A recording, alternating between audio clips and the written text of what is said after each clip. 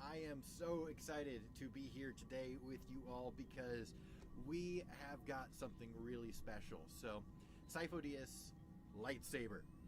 No major lightsaber companies have ever made one. I got a notification, I think it was maybe from a Facebook or a Reddit lightsaber community, that some guys were doing a limited run of it and they wanted to see if anyone was interested. I emailed them and was like, yes, I definitely want one. This was probably close to 6 months ago or so, so I am so excited that it finally came. I mean, not finally, it actually was really fast from the point they're like, all right, they're ready. And I'm like, okay, here's the money. And they were like, okay. And then like a couple days later, it's here. So, chat, I'm so excited for this. I just opened it enough to realize what it was. You can see there's still all the packing stuff, but I saw that it said The Lost Ones, which is the name that they are giving this limited run lightsaber. I don't know if they plan to do more, but I was part of the first group to get them. So this is going to be probably the first look at the Lost One lightsaber. I am so very excited. Oh gosh, look at that sketch work. Oh man. All right, I'm gonna open it up and we're gonna take a look. I see we got some people watching, but no one in the chat yet, unless maybe it's I'm gonna refresh it just in case, because it's a possibility that you guys, I'm just not seeing you. But let me know in the chat if you're here. Looks like not. Okay. Ooh, just premium packaging. Look at that. Now I got mine without electronics. Oh gosh. Oh, that feels so good. Oh wow. All right, let's see here. So this is gonna be the. Let's go down here. Yeah. Okay. So it needs a little bit of assembly, but not much. Comes with some Allen wrenches and some retention screws. Looks like that's an activation switch and more Allen wrenches and screws. This, I'm assuming, goes down here at the bottom. I know it's the bottom because that's where the cover tech knob is. Hey, Jason and Joe, good to see you guys. Who's the maker of the saber? That's a very good question. Let me pull up my emails so that I can see, because it's not a big company. They're individuals as far as I can tell. So I've been emailing them, and let me pull that up because I want to give proper credit, because these guys really deserve it. This thing is gorgeous. Oh my gosh, probably one of the best sabers I've ever owned, and man, it is comfortable. It's small. It's definitely small, but man, that feels good. Like the curve thing is just so awesome. Let me see. I'm gonna check that email and find The Lost Ones. That's what it's called, The Lost One. The emails are coming from a guy named Afro Baron.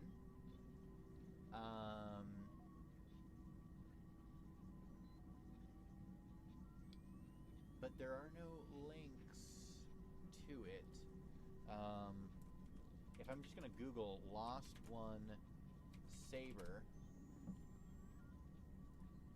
sabersourcing.com, and that might be where I saw it. The Lost One is by, let's see, I'm clicking on the Facebook page, 5280 Printing.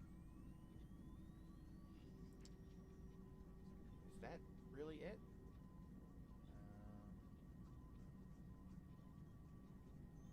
Yeah, that looks like it. 5280 Printing. Cool. They are a United States-based saber company. The company collaborated with 7 Chambers on the 7 Chambers Tor Acolyte lightsaber hilt run. I'm going to click on that and see what that looks like. Very basic. You can look all this up. Because if you just look up the Lost One Saber, it'll take you to the first result is the saber sourcing page. and that will have the link to the 5280 printing company. Let's pull it back up chat. Blake Burgers said Sifo Dyas lightsaber is one of my favorite designs. Mine too, and no one makes it except for this little small. It's a little counterintuitive where my. Oh gosh. Okay, so we've got. This thing is just gorgeous. Oh my gosh! So we can see there the whole. That's where the activation switch is going to go. I'm kind of regretting not going with electronics in it just because I'm not really in the mood to do another install yet. I kind of have to be ready for that. But oh gosh, this is just one of the best looking hilts I've ever handled. It's so unique. It's almost like it reminds me of a light-sided version of Revan's returned lightsaber from SWTOR, because it kind of has these like claw things that go down the hilt that you kind of have to grab onto, but they're smoother, they're not as angular or angry, so it's a little bit more pure light side. And of course, you guys know that Dooku is my favorite, and his is my favorite saber, and so I had to have Dooku and Sifo Dyas because they were best friends, right? So, sorry, I just bumped the mic. How'd you find the maker? Are you going to get installed? Well, I'm going to install it myself eventually. That's what I tend to do.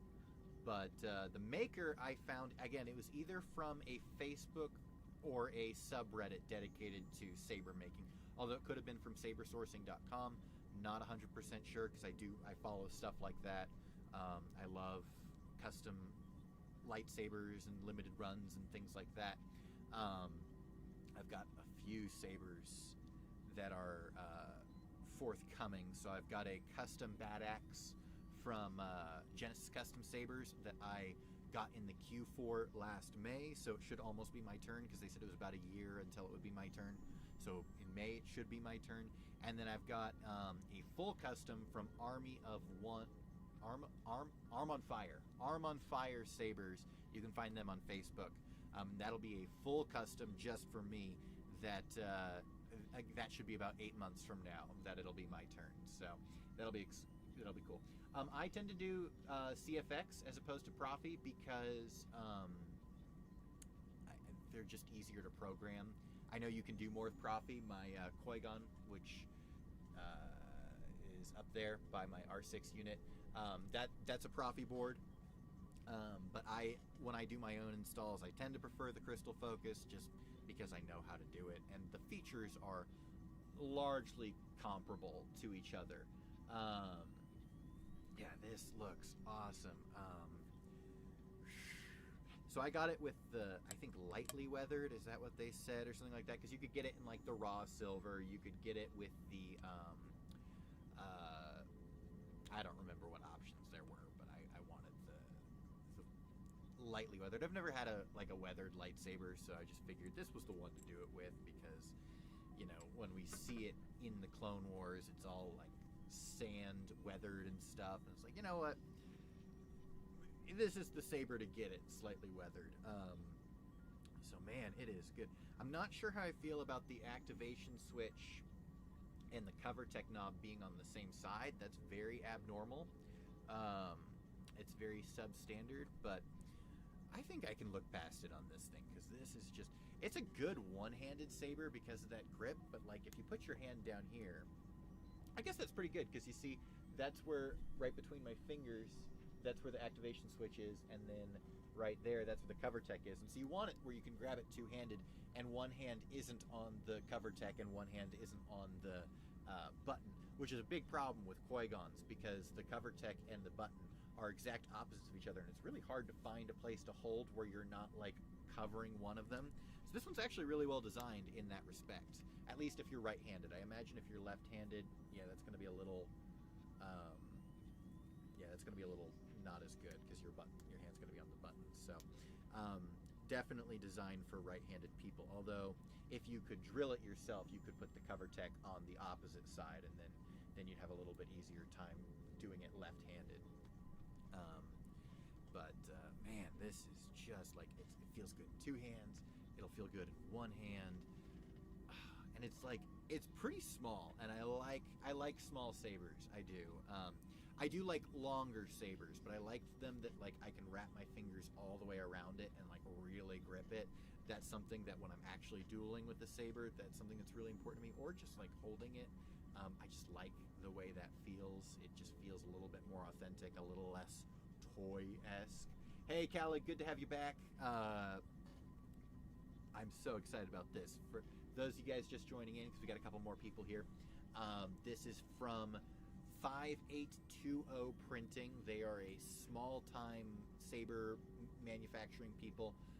This, I don't know if it's a limited run or not, but this is their first run. So they just finished these. I ordered mine when they still had it as like a 3D design in a program. They didn't even have a prototype yet. And they were just like, hey, we're doing Sifo Dyas lightsabers. Is anyone interested? We'll hold your slot, or we'll make as many as people who sign up now. And that was about 6 months ago. And I was like, yes, I've always wanted a Sifo Dyas lightsaber. So I told them, and so they made literally just as many as were ordered. They did not make any extras. You could not buy them once they were done. You had to sign up back when this was still basically a sketch. And now it's done. It's in my hands. It feels fantastic. Oh, like I said, it has that Revan returned lightsaber feel, but a little bit more Jedi, as opposed to, it's not as angry as Revan's lightsaber. I actually like it. As big a fan I am of Revan, I think I prefer this saber over Revan's return saber. It's just so good. So the pommel. Here's the thing, though. This pommel doesn't have any vents on it, which is going to make installing it with sound pretty difficult, because I don't know how to drill vent holes in this. That's just solid. I mean, I guess these little holes in the side could vent sound. Maybe that's where the sound's supposed to come out. Yeah, I don't know how easy this is going to be to install. I'm a little worried about that, because it is basically a singular tube, which is very standard. It's very normal. It's just difficult, and there are other saber manufacturers who take into consideration installing a lot more. I'm kind of wishing I had bought it already installed. I don't normally do that. I've only ever bought 2 sabers already installed, and one's not here yet. The only other one I have is the Qui-Gon. That one came already installed. Yeah, that's what I said, Callie. It's similar to Revan's Reborn hilt, just a little less angry. But it has those like those blade things that come down and go into the actual body where you hold it. These aren't as claw-like when I have the pommel in there, but I can't install the pommel right now because I've got to unscrew some stuff. But I actually don't know how that goes in there. We'll have to find out. I'll have to take a look at all this stuff and figure out how all the things go together. But and almost actually, like, just if you're looking at it like this, looks a little bit like Revan's. Hey, Bill, good to see you. Looks a little bit like Revan's hilt from the Revan novel cover. At least the emitter does. Yeah, it has the Revan prongs, exactly. But, in fact, when I first opened it, I thought that this was the emitter, which wouldn't be exactly accurate to Sifo Dyas, but just because that hole. But the cover tech knob told me that, nope, that's the bottom. It goes like this. So, but that is just a cool-looking saber. Man, I'm really excited. But yeah, if you guys, I hope that they do more. If you are interested in this, this is 5280 Printing. Yeah, Sifo hilt. No one does these except for this one company, and this is their first run. So this is the first time, probably, you'll see a Sifo Dyas hilt, because they've not been done before. This was like, they were like, hey, no one's done a Sifo hilt before, and we're kind of confused by that because it's one of the cooler hilt designs. I'd venture to say it's the coolest original design for the Clone Wars animated series.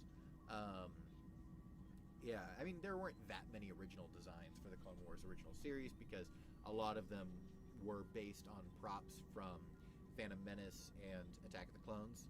But I mean, maybe these or this Ahsoka's and Asajj Ventress's were the only originals. And I'm not really a fan of Ahsoka's Clone Wars sabers or Asajj Ventress's.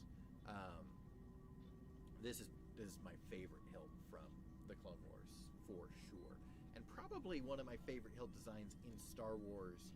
Period. At least from the main universe. Other than Dooku's, I'm having a hard time thinking of another saber that I liked more than Sifo's. I'm just gonna like slip the button in just to kind of see what it looks like with that little bit of red. Oh, that is pretty cool. I love that the prequel era hilts have those like red buttons. It's such a cool little touch. It's annoying that I now really, really want this to have sound and light in it. I just am not ready to do another install. Those just take so much out of me. They are a lot of work and a lot of prep. And the idea of like going out and buying all the parts again and doing all of the wiring, especially because this looks like it's going to be a tough install because it's got so much space that you've got to deal with up here. And that button, I don't know how I'm going to wire that because I don't know how to get in there, that button. And it's not like, I really have no idea how I'm going to do, but that's going to suck. So we'll see. We'll see. All right, let's see, chat. Imagine if someone mass-produced a Senya Arkan hilt. Yeah, I know. Well, I prefer Senya's. Well, I like Senya's hilt with Arkan's pommel. You got your tux? Oh, I'm so glad, dude. I want to get one of those. I think I'm gonna order a sample of the Authoritarian fake tux shirt. That's probably my favorite piece of merch on my channel, the Authoritarian fake tux, because it's just. I thought it was just like, I couldn't believe that no one had done that before, and so I was just like, I'm gonna make it. Yeah, I don't like the Malgus hilt.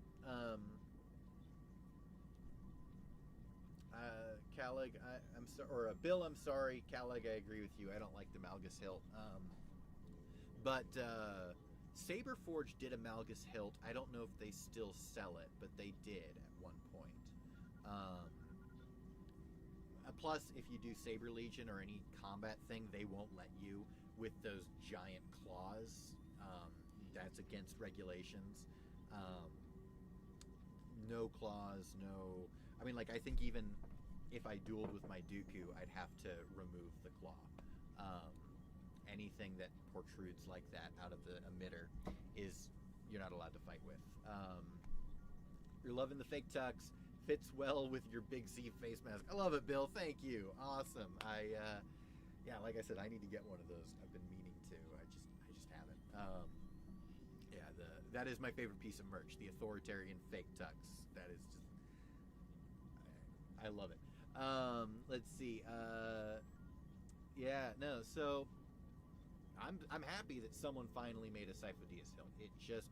It's such a great design. It deserved to be made. I love this, like, almost, I have to describe it as like an hourglass shape, because it's not a curved hilt, but it has this like curve in the middle that's really nice to grab onto, and you can put your hand down here. And I love hilts that don't make you want to grab it up to the emitter. So I like that it really lends itself well to grabbing it near the pommel as opposed to up here. I mean, I'll see how it feels when there's a blade in it. But it's a nice little blade plug too. You can't really see it because the light, but it's just simple, but I like it, and it matches the colors, which is really important. And then, like I said, when you get that red in there, it just looks so good. I love those prequel red buttons. I'm just a big sucker for them. All-time favorite saber hilt would be the Obi-Wan from Revenge of the Sith. You know what? I'm inclined to agree. I've handled enough Obi-Wan replicas that I actually don't like holding them. They're really uncomfortable, but they look awesome. I actually prefer. I always preferred Obi-Wan's Revenge of the Sith, but over the past couple years, I've been starting to like Luke's Return of the Jedi a little bit more than Obi-Wan's Revenge of the Sith saber. I don't know why. I mean, grip-wise and all that, they're going to be exactly the same. But I think it's the silver and black on the hilt. Plus, I'm a sucker for green lightsaber blades. You would have gone with a white color for the Grand Admiral look, but the badge would have made it look like a lower-ranked poser. Maybe I'll make an alternate that has the Grand Admiral insignia bar. That way, you can get the white and have the Grand Admiral look. I think that would be. Maybe I'll make one of those. Yeah, I mean, it wouldn't be super hard. I'd just have to go and do a couple color replacements. But I did it. I did it the first way just because I figured more people would want the generic. Like if you got the olive green or the charcoal green or whatever it was, it kind of looked like a little Tarkin-y. You could get the full black. You could get the gray. And I think I had a navy blue there, which kind of has more of a first order-y look, but.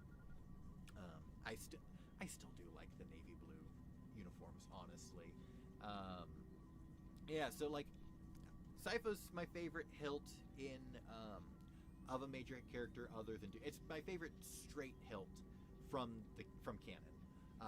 I really like Eternal Empire hilts, and that's why with my custom saber, the full custom that I've commissioned from Arm on Fire, it is like my notes in there are like, okay, sources of inspiration are Gondor, Asgard, and the Eternal Empire. I want that like regal knightly look.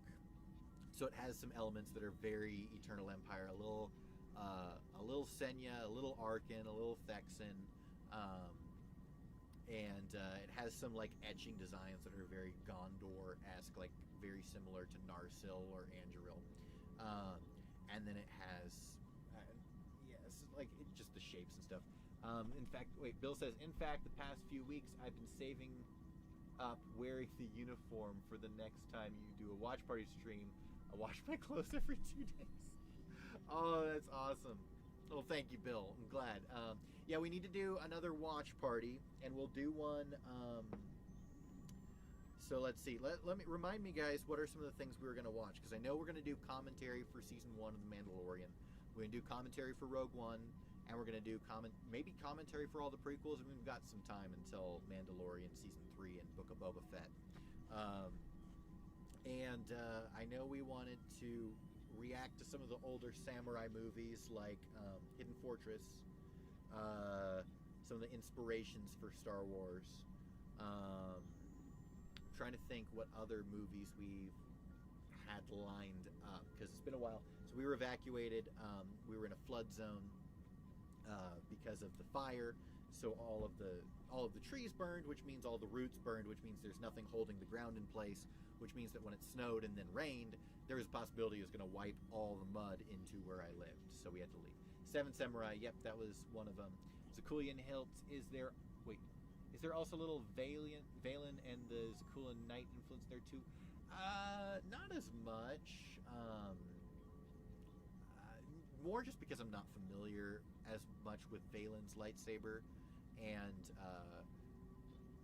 it's long. What I want is something halfway between a standard lightsaber hilt length and a double-bladed lightsaber hilt length. So it'll have that kind of like if you buy Senya's lightsaber as a single-bladed lightsaber for your character in SWTOR, it's not like it's like her pike, but it's just a really long single-bladed hilt. Hello there, Ed Skywalker. Welcome to the stream. We're just looking at this gorgeous Sifo Dyas lightsaber from 5828 printing. 5280 printing. My apologies. 5280.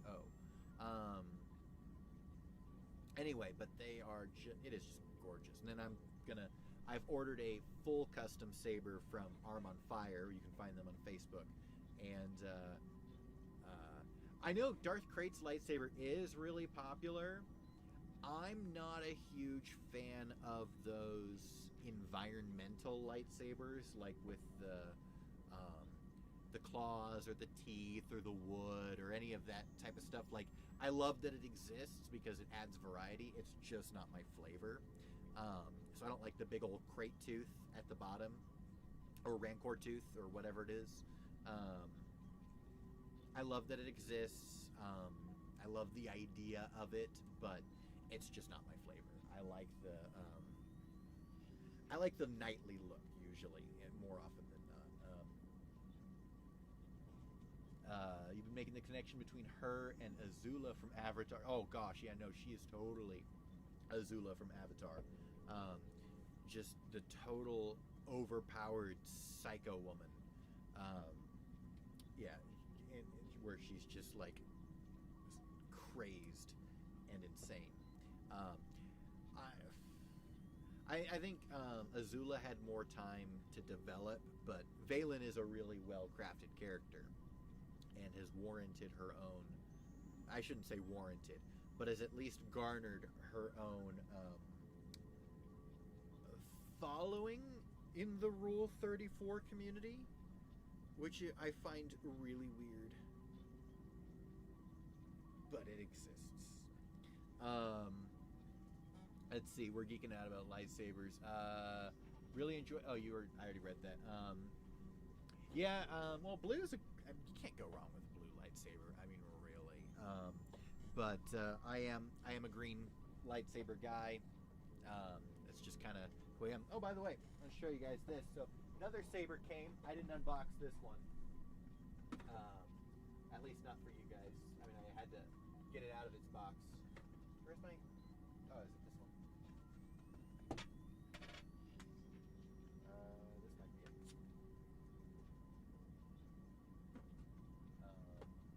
Either that or... It's not it, but it'll work. So, Kyber Light. Oh, man. So, I have been wanting a Kyber lightsaber. I gotta find my retention screw. You know what? Hold on. This might work. So I've been wanting I've been wanting to get Kyber Light to sponsor the channel for the better part of a year. They were down. They were just super slow to respond in emails, and so finally,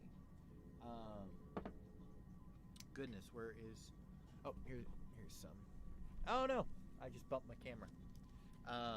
Sorry, we're being super professional today. This stream was not planned. It's just the lightsaber showed up in the mail and I had to show it to you guys. So I've been wanting Kyber Light to sponsor the channel forever because they're my favorite saber company. Now they're not sponsoring this channel, they're sponsoring Lore Star. So this is totally not sponsored, just my opinions, so I can say everything. But they finally did, and so they sent me a Kyber lightsaber. It is just gorgeous. Oh, this is another one that I didn't install myself. So Kyber Light, one of the reasons I've never really bought from them is their sabers all come with electronics in it. But this year they finally introduced Smooth Swing, which is, as you guys know, from my opinion, the most important thing you want from a saber. So this is their Fallen Order kit, which just that emitter is just the coolest thing. And then, all right, let's see.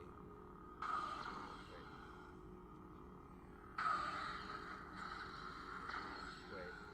How do I? There it is.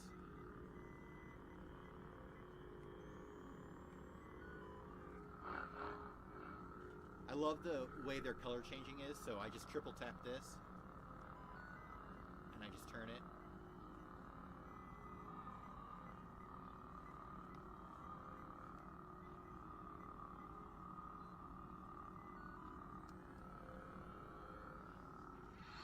And then it comes with 3 fonts. You can't change them, which is one of the big bummers of Kyber Light. You can only have the 3 fonts. They've got one that it sounds to me like Rey's saber from the last scene of Rise of Skywalker. because it has that little pre-on, that little click right before you turn it on, like when she spins the thing. One that's very clearly Kylo Ren.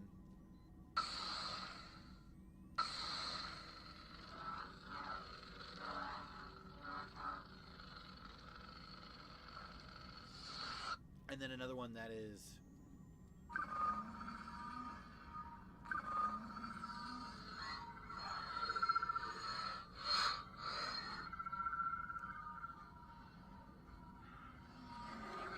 so, yeah, it's got smooth swing now. So Kyber Light is now officially the best. You heard it here first.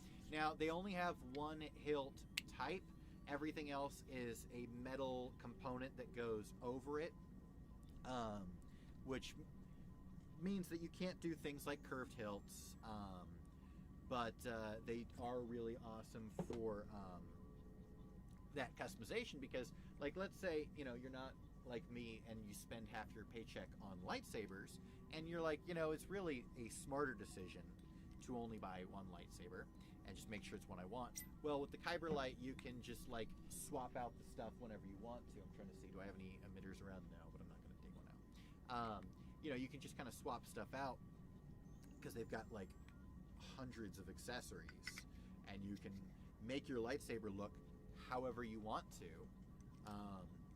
whenever you want to, which I think is pretty cool because instead of, you know, like, oh, I want a different feel, I have to now spend another $400 getting a new lightsaber. No, I can spend $60 and get a new emitter sleeve and pommel and have a completely different look and feel. My favorite is their Fallen Order stuff just because I love this emitter. I think it's so cool. Plus the diamond knurling here. I'm a big sucker for diamond knurling on the grips. I love holding it, and it feels good. But yeah, let's see. Hold on, I haven't checked up on the chat in a while.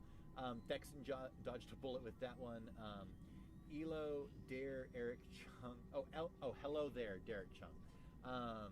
Fallen Order inspired. Yeah, I'm lucky I caught this stream. I had finished work, shift about 15 minutes ago into the stream, so it was a pleasant surprise. Well, I'm glad you were able to make it, Bill. Like I said, this stream literally was unplanned. It was just like, I got a package in the mail. I didn't think it was this because I've got a bunch of other stuff coming in the mail, like new computer parts and stuff.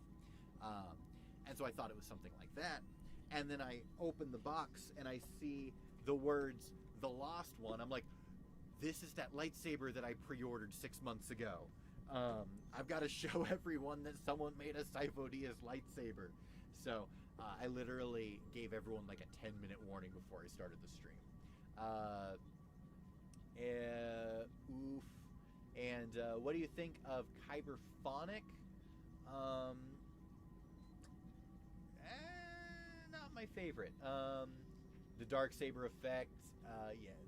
The sound of the Darksaber rivals, but ooh! I gotta show you guys this. I've been looking forward to this. I've been looking forward to that. But I have been looking forward to this. You guys ready for this? I've been looking forward to this. It's the sucky part of having a single button lightsaber. Selection. Count Dooku. Crystal focus. Next door. Seismic charges. Stand by.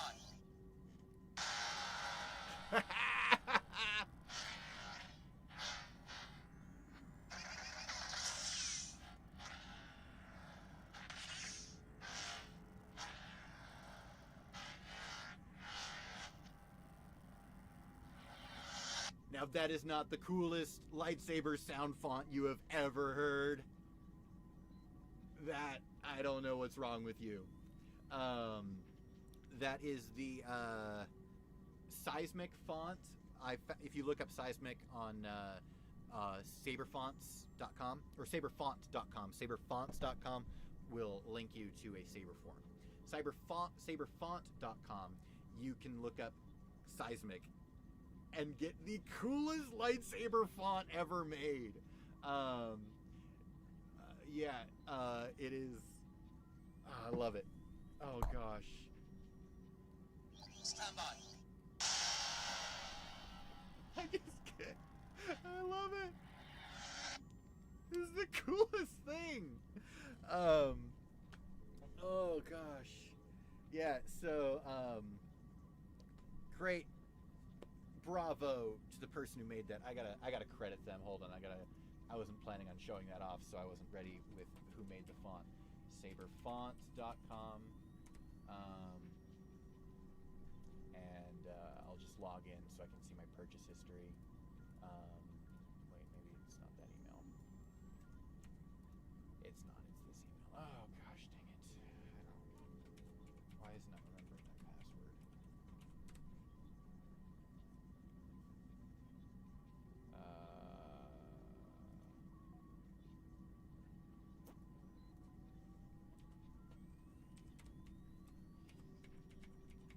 Sorry, guys. Your email and password were incorrect. Okay.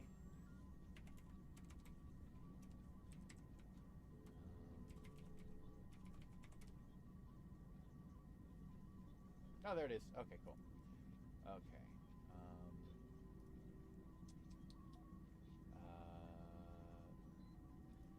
Here we go. Here's my receipt. Seismic. DMF seismic plate. What? Well, I'm just going to search it.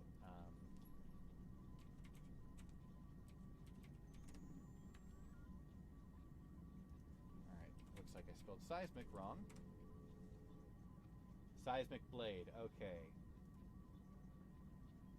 Seismic blade is made by DMF. Wait, no. Doesn't say who made it. That's weird. Dendo's Moonforge. They're not one of the big guys. They're not like KS or Genesis or one of the people I normally buy from. So, but they made the coolest font. Let me pull chat back up. Sorry, I had to get off of it.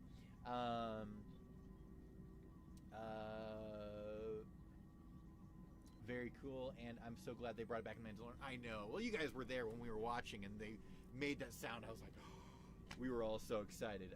Regards to Avatar, the complete series DVD for Christmas. Oh, nice. Binged the whole show. This was my first viewing. Never watched before. So glad it. Dude, I want to watch Avatar start to finish. I've seen many episodes from each season, but I didn't have TV growing up. I mean, I still don't, but so I would watch it when they would have like marathons on Christmas and Thanksgiving. Thanksgiving was when they would always do a Avatar marathon on Nickelodeon, and my grandma had TV, so I watched a lot of it during that time, but I haven't seen thoroughly, so I know the basics. I know a lot about it, but I need to watch all of it. I really do. I just realized that this button goes in the other way, which is weird. It goes out like that, but I don't know how to get it in there. That's going to be a huge pain to wire. This reminds me a lot of when I wired my first saber, which was the Saber Forge Forsaken, which was like their apprentice version of Luke's hilt, essentially, but it had like a claw emitter. Anyway, okay, so let's see. Plus, it's got Mark Hamill with the role of another fantastic role. Who does Mark Hamill play in Avatar? Answer me that. I remember hearing that, but I don't remember who he plays. As for Calig, you are correct. You only need to buy one saber, and then you can buy a bunch of sleeves and stuff.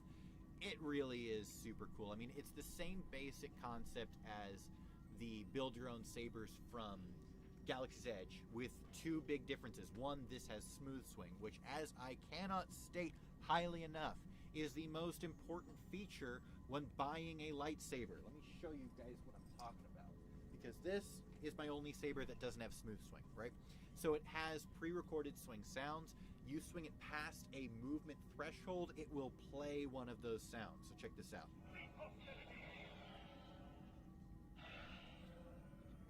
So no difference, right? I'm just kind of turning it around, nothing's changing. But if I go like this, nope. Or I could trigger a corrupted file.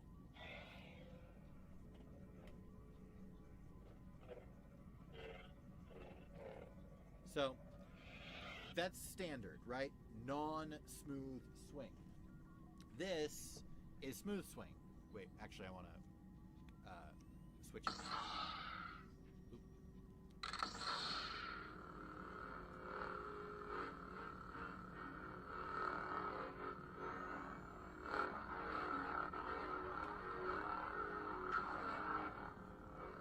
I mean, it is the closest you will ever get to the feeling of holding a real lightsaber. I mean, so the Galaxy's Edge lightsabers don't have smooth swing; they have pre-recorded swing sounds.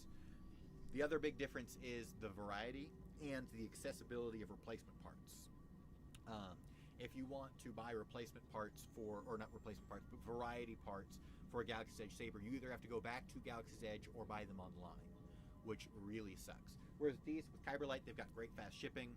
You just go on and plus the variety. You've got dozens, if not close to 100 different components that you can buy and switch out with your saber. So you've got a lot more variety. They've got they have a crossguard, which is not a saber crossguard. It's like a legit metal crossguard, which is actually one of their cooler pieces. I own it. It's somewhere buried in this junk over here.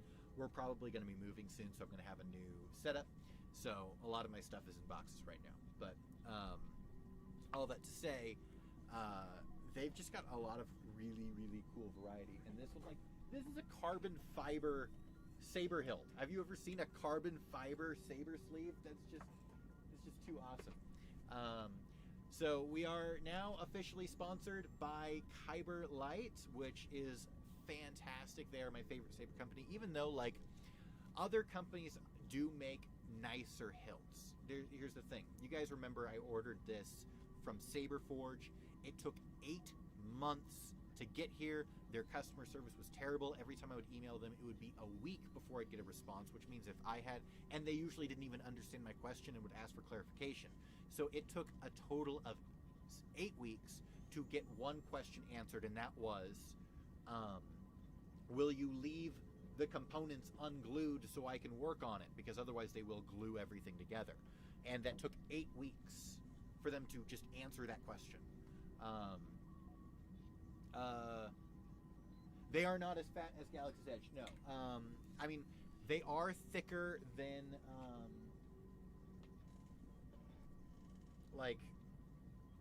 not by a terrible amount.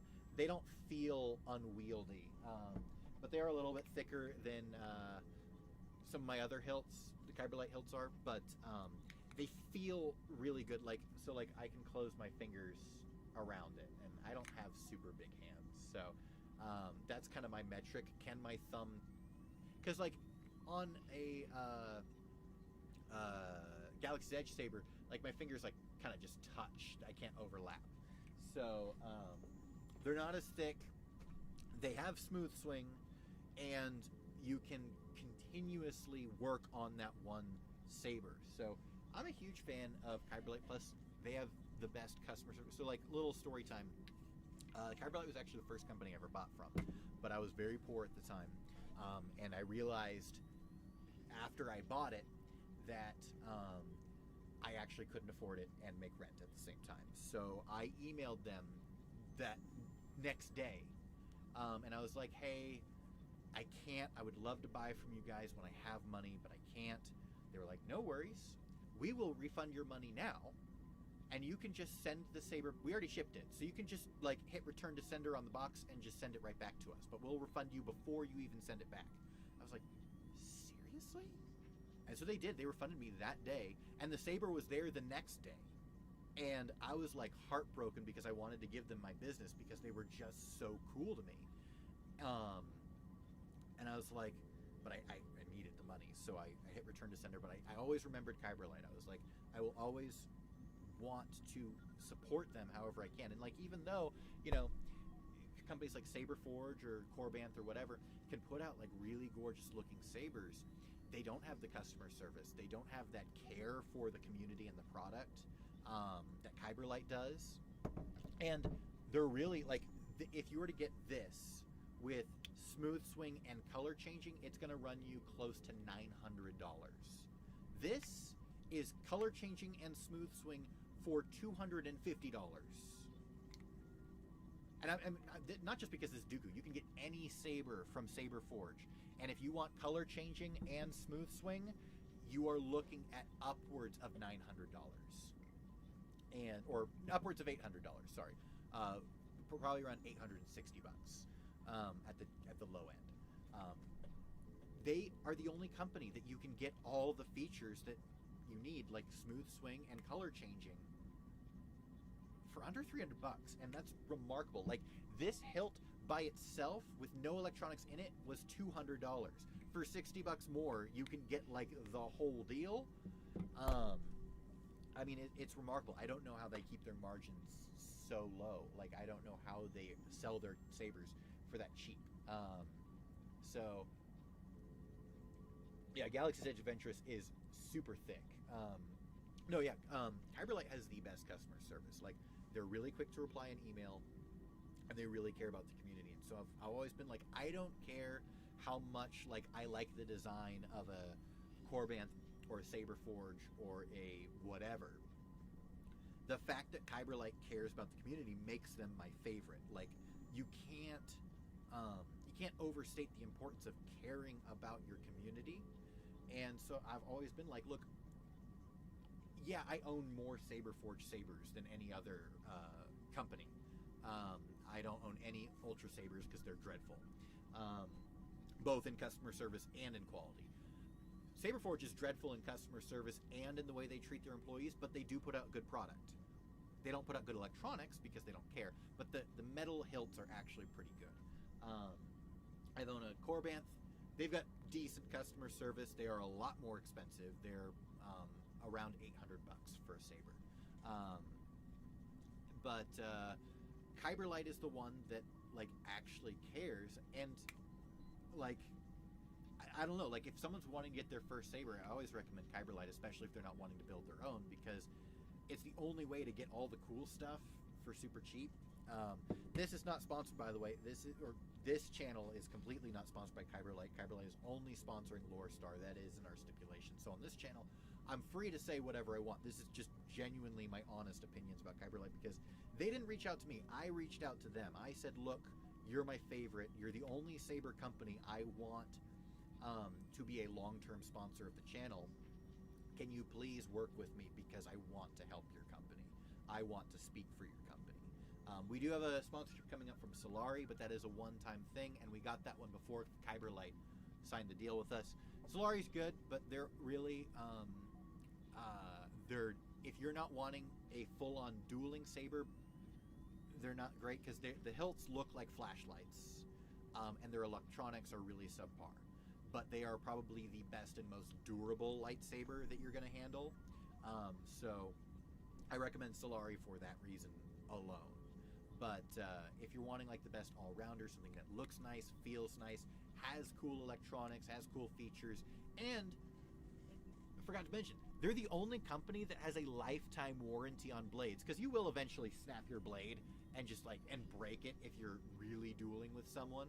And every other company sells their blades for $30 and no warranty.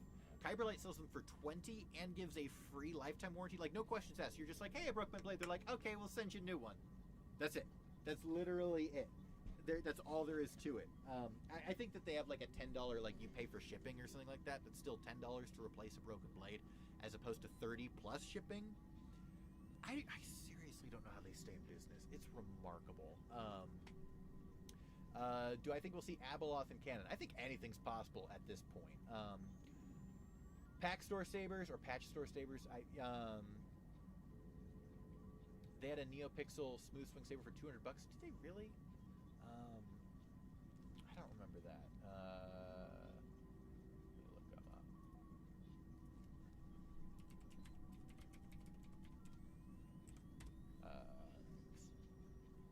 The patch store, the pack store. They've got some nice looking hilts. I'm going to give them that right now. I have looked at them before. I recognize that logo. Let me see. T1 affordable starters. RGB. They have color changing for $89. don't trust like that, man. I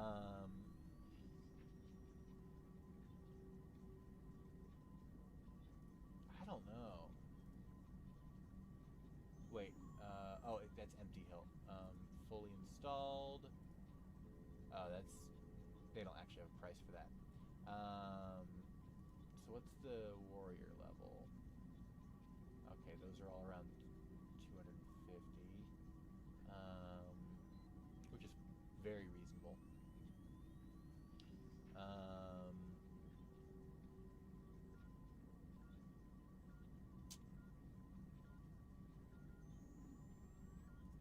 me see. Gunmetal. Let's go with the heavy grade dueling and. Oh, I don't need a Suba. Yeah, they're all sold out, so it's hard to tell what their actual prices are for a lot of these electronics. V2 single color, V3 RGB. Yeah, see, that makes it unavailable, and they can't show me the price. I'll have to keep my eye on them. Because it kind of looks like one of those too good to be true sites. I mean, I've seen their stuff before, but I don't know. Or I've seen their logo before, I should say. So royal level, what does that include? I like their Ultimate Works sister custom saber. Oh.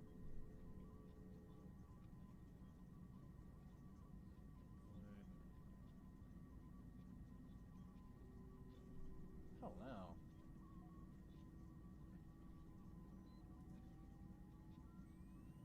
It's interesting. I'll have to keep my eye on them. Unrelated, Mark Hamill also voted that Alvin the Treacherous in the first How to Train Your Dragon TV season. I think I knew that. I don't think they'll make KOTOR 3, Bill, because KOTOR 1 and 2 are non-canon. They'd probably do a soft reboot. But I did hear the rumors that they are working on a new KOTOR game. NeoPixel smooth swing for like $200. That's literally impossible. Because the NeoPixel blade itself costs about $80, and the soundboard that you need to power it, the cheapest one is $50, and that's not including parts, or that's just parts. That's not labor, or the actual LED or the actual NeoPixel module. That's just the blade that I was counting the price for. The module's going to run you about $30. The speaker's going to run you about $10. And the activation switch is going to run you around $4. I mean, really, if you're looking at just parts, you're still running yourself around $160. And there's no way they're doing that for $40 profit. That's just not logical. The reason that Kyberlight does is because Kyberlight makes their own soundboard, and they're not as good as like the Crystal Focus, and they don't do NeoPixel. That's not an option that they carry. They do Smooth Swing. I think that's much more important than NeoPixel. Let's see. That man is one of the most prolific voice actors out there. Yeah, like, I mean, he did a character in Hunt the Truth, which was that Halo 5 promotional campaign, which I thought was pretty cool. I loved that he actually reached out to them and asked for a part. They didn't cast him. He was just like, hey, I like this. Can I do something in it? And they're like, well, I guess we can write a brand new character just for you. And he was like, great. So that's the story of how Mark Hamill ended up in Hunt the Truth. He's now a Halo character. I really need to figure out how this goes in there because it keeps stopping short. The edges are a little sharp. I'm going to point that out, which is a complaint that Saberforge used to have a lot of. It's fine. I actually don't mind. Do who ship internationally? Kyberlight or 5820 Sabers? Or 5280?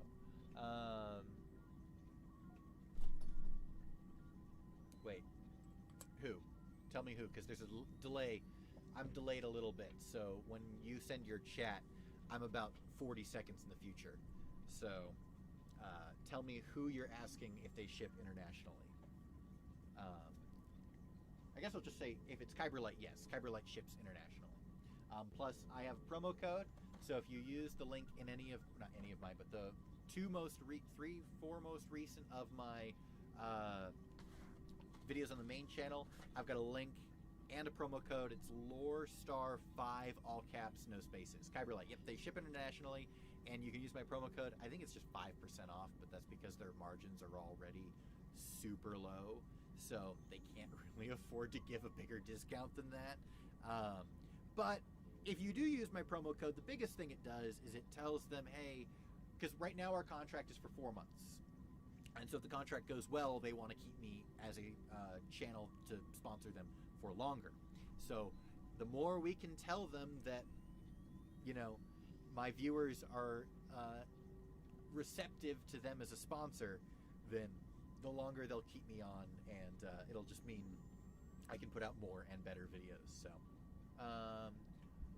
their Boars the Dragon Slayer model comes with a NeoPixel and their own in-house smooth swing compatible soundboard for $289.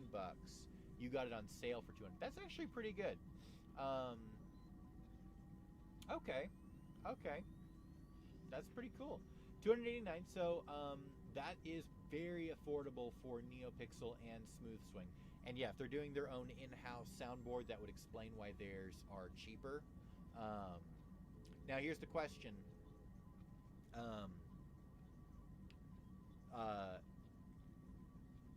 Font changing abilities. Can you put on custom fonts? Does it come with a variety of fonts? So Kyberlight, you can't put in custom fonts, so I can't do my awesome. Stand by.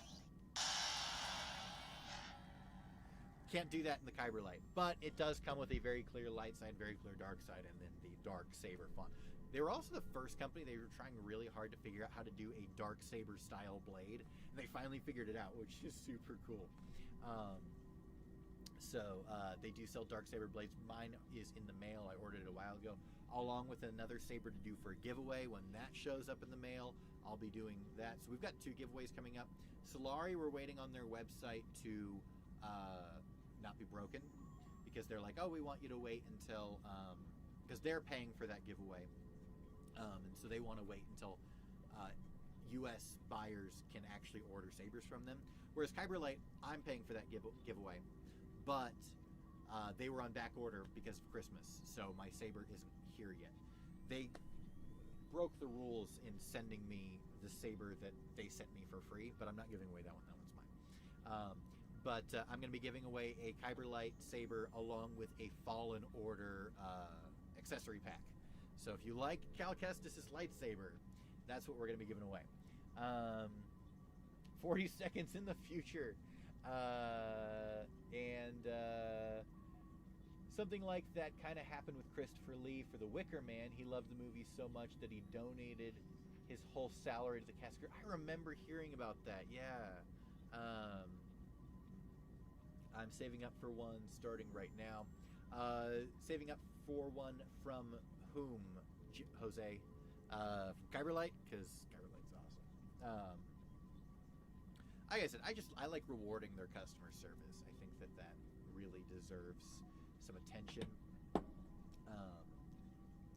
Just so many saber companies make good product, and they're just really, really slimy to people. And it kind of it bums me out. It's annoying, right? Because like that's the norm. You know, Ultra Sabers and Saber Forge both have had huge scandals in the way they treat their employees and treat their customers, to the point where Ultra Sabers has actually been publicly disavowed by the Saber or the Lightsaber subreddit, where like they basically banned Ultra Sabers. So like things are really bad in the saber community, and so unless you're going with like a really small company that does super limited runs, like the guys who did my Sifo Dyas saber, the big boys are all kind of scummy, and I think that's what makes Kyberlight really great. Is they are a full-on company, but also super fast shipping time, like 2 days usually. With COVID, it's a little longer. It's going to be closer to a week, and especially if you have anything that's on back order in your shopping cart, because that'll add. Like I said, I ordered mine about a month ago, but that's because the Saber that I got with the accessory packs, they don't ship the things as they come in. They wait until everything's done and then ship it, which mixed feelings about, because you want to consolidate for the price of shipping, but because you're consolidating for the price of shipping, they're going to ship it all together, which makes sense. But it does mean that you're going to have to wait until the last thing you ordered is done. And in my case, that's the actual Saber itself. So, because I also ordered some other sleeve packs and stuff and emitters for me, along with the stuff that I'm going to be using in the giveaway. Let's see. Comes a bunch of generic fonts from K-Sith. K-Sith is great. I've been talking to K-Sith for the past month or so, commissioning a fully custom font for me. So I'm pretty excited about that. But it's compatible with any crisp focus smooth swing Saber font. Huh. That's pretty cool, actually. Modular, so you can swap out the soundboard with any other big brands instead. Sure. Also, he hated making the other Dracula movies, but he did them because he didn't want to be responsible for the people losing their jobs. And yeah, and actually, he only agreed to do, what was it, the 7th or the 9th one, if he could have no speaking roles, so he just kind of growls the whole movie, which is pretty funny. Yeah. All right, well, it is... I'm going to have to start working on a video because I haven't posted one in a week, and it's starting to, like, eat at my soul. So, we're opening the last section up for questions. Anything lightsaber related or Star Wars related, we are here to talk about it. I always wanted a lightsaber, never afford one. That's the thing. They're getting more affordable. Kyber Light's a really great place to start. I mean, I know $240 is still big, but if you look at like a company like Saberforge or Kyber Light, they're gonna show. I'm sorry, Saberforge or Ultra Sabers. They're gonna show a lower price, but then once you actually put electronics in it, and by the way, you have to go to their FAQ to figure out what is the warrior tier, what is the champion tier, whatever, because they don't just tell you what it does. You have to go in and look, which is super dumb. But once you figure out what the stuff you want, it's gonna go up to like between $600 and $800, which really sucks. Which lightsaber design do I hate the most? That's a really good question that I'm not asked very often, and so I'm not prepared to answer it. Let's see. Now, whose lightsaber design do I hate the most? That's such a good question. I really hate Asajj Ventress's double-bladed curved lightsaber. That's a big one. I really, really hate that lightsaber. I also don't like, let's see. There's not very many lightsaber styles that I hate. Asajj Ventress's double-bladed is one. Oh, we actually have a video coming out about that, about who will play Thrawn, because it's been confirmed. American Devil. Because a lot of people are like, oh, you know, Benedict Cumberbatch or Robert Downey Jr. or anyone else who's played Sherlock Holmes in the past 20 years. But it actually came out that it's going to be played by the same guy who voiced him in Rebels, which is pretty cool, actually, because I don't think you can do Thrawn without that voice anymore. So even if he doesn't look exactly like Thrawn did, it's more important that he sounds like Thrawn, if you were to ask me. Of course, I also said the same thing about Ahsoka. We all know how that turned out. Rey's Nutcracker Saber. Honestly, though, like, where did I put my Kyber Light? Oh, you mean the Dark Ray Saber? Yeah. I mean, that design was invented for Pong Krell, and then it was brought back in Rebels for Kanan's vision of the Temple Guards, and I liked it then. I know it's not practical for use in combat, but it's clever. I just don't think it lends itself well to live action, unfortunately. But I do like the design on Pong Krell, and I like the design on the Jedi Temple Guards. Many of us who know SWTOR's campaign have heard the Glory Space Station from Major Quinn's campaign story from the Rambling of Moff Bryce. What is your speculation of what it is? Oh gosh, I don't even know. I mean, I know what you're talking about, but I don't have any speculation. I'm willing to bet, though, as is all things in SWTOR, the truth lies in the Imperial Agent storyline. I've always advocated for Lars Mikkelsen playing Thrawn. Yeah, that's the guy, Lars Mikkelsen. Maz Mikkelsen's brother or cousin or something.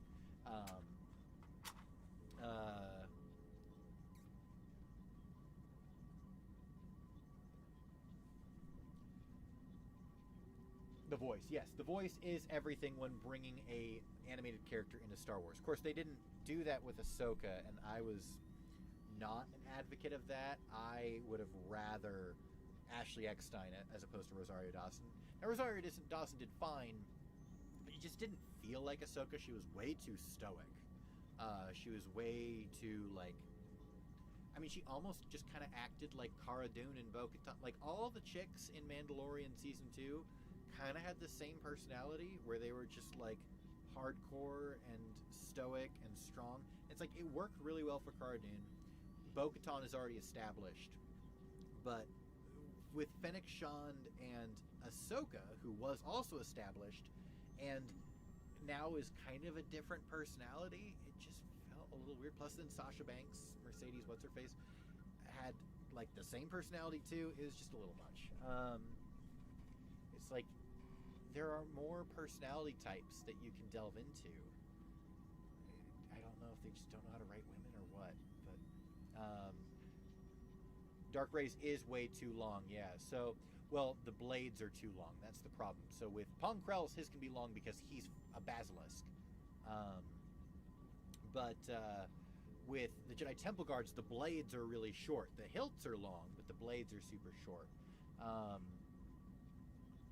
Which defeats the purpose of a flip-out saber, making it short enough to hang from your belt. Well, again, the Temple Guards were long also. But I think what was the problem with Rey's was that her blades were too long. Yeah, it didn't feel the same. I know.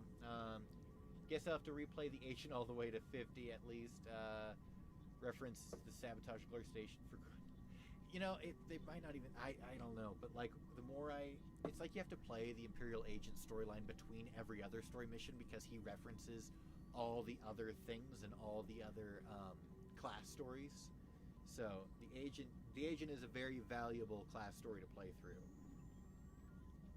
But you also shouldn't play as him first, because otherwise you won't understand all the things he's referencing. Ming-Na voice... Yeah, I think she is. She is voicing Fennec for the Bad Batch, and is going to play her in Book of Boba Fett, so she's got a busy schedule coming up. How about the Inquisitor lightsaber? I liked it until they could fly. I think that the fact that they spin is impossible, just because the way lightsabers work, because the energy comes from here and is directed out. So if this part spins, the energy's still going this way, even if the emitter is over here. So it's impossible and kind of stupid. But it was fine until they could fly. Don't get me started on Inquisitors being able to fly. It just... When you introduce something like that, it just feels dumb. It just kind of felt like if a child were watching this, you know, what does a child think that something that spins can do? Well, obviously it can turn into a helicopter. That's why kids love spinny hats, because they think that eventually if the wind blows hard enough, they can fly.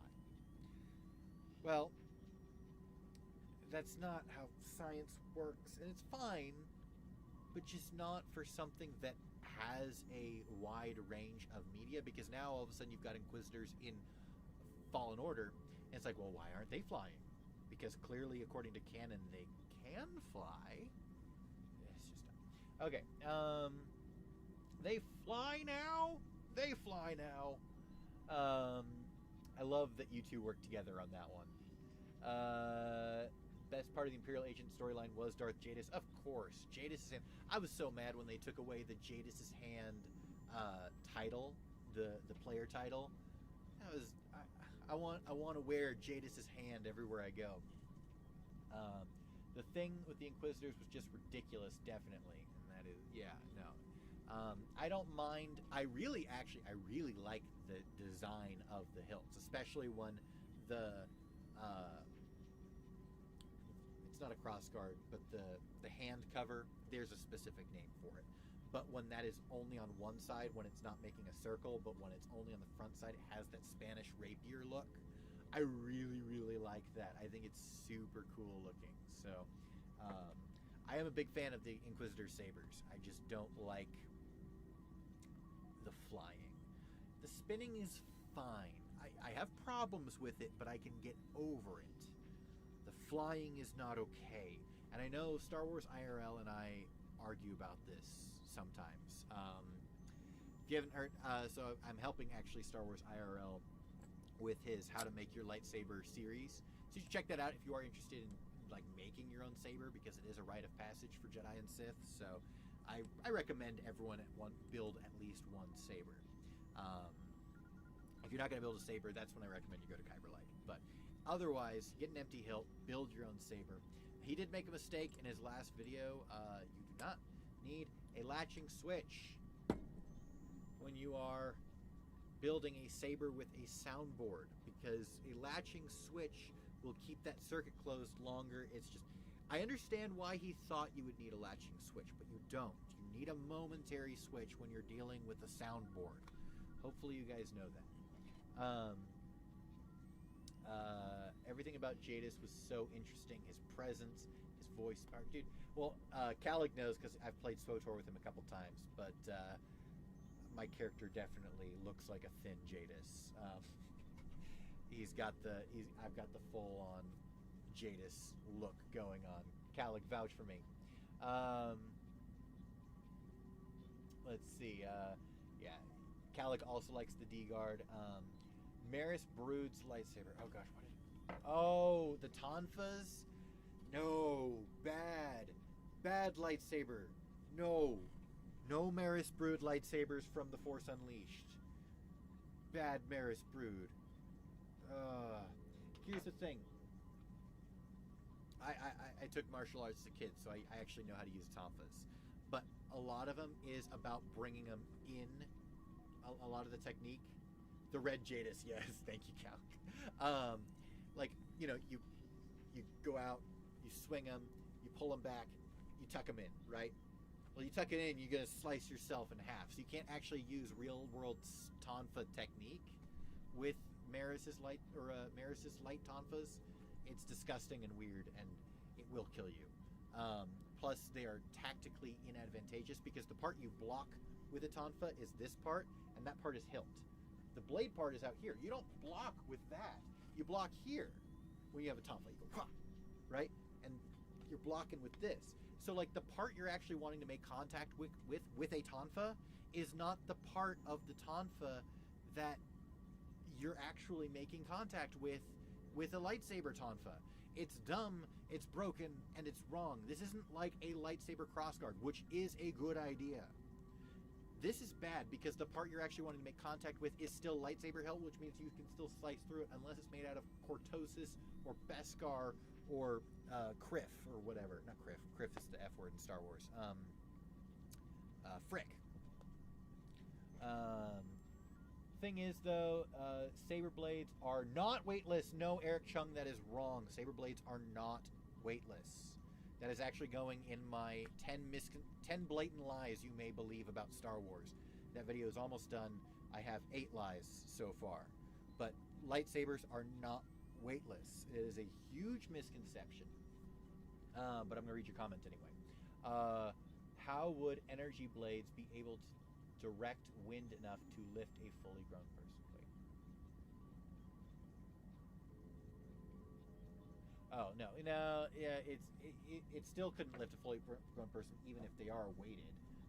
but weightless or not, it couldn't. But no, plasma is matter, and matter has weight. But also, we have it confirmed in various Star Wars materials, including Star Wars Rebels, Master and Apprentice. I think the Bane books, but those are legends. So the other two are canon. And Light of the Jedi, that lightsabers do have weight. In fact, they are heavier than you'd expect.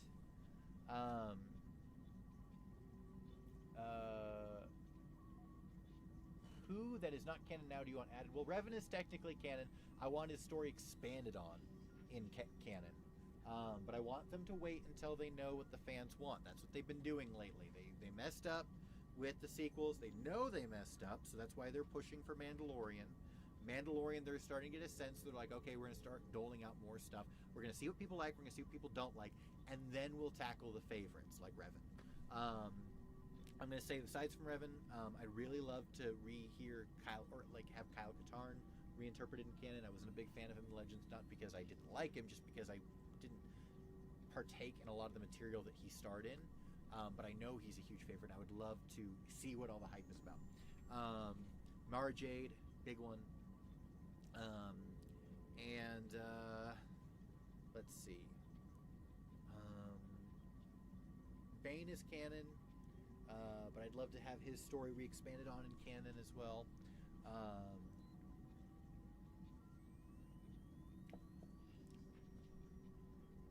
Yeah, I'd say that most people who I want to see re-brought into canon are already there. They just need to be explored more deeply. There's that Darth, starts with V, who is a light-sided Sith. I'd love to have more stuff about him. The helicoptering.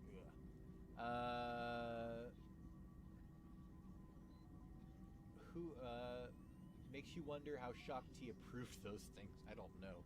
But it seems like all the Jedi post-Order 66, all the female Jedi just decided to wear no clothing. Shakti and Maris were both just like, just screw clothing. Let's just run around naked. I think that it'll distract Starkiller. Glory to the thin red Jadis known as Pixie. Yeah, love it. I named my Sith Darth Virtus because he's a light-sided Sith, and Virtus is Latin for virtue. So, yeah, light 5, light V.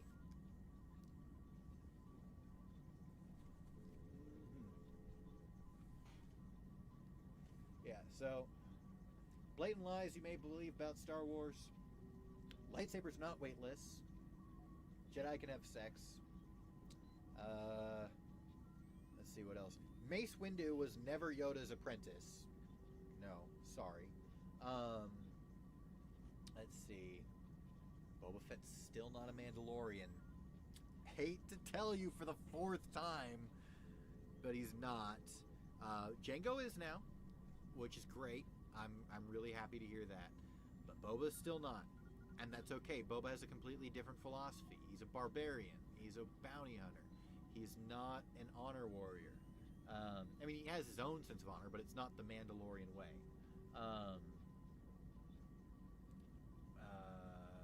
Shakti wasn't Maris' master, by the way.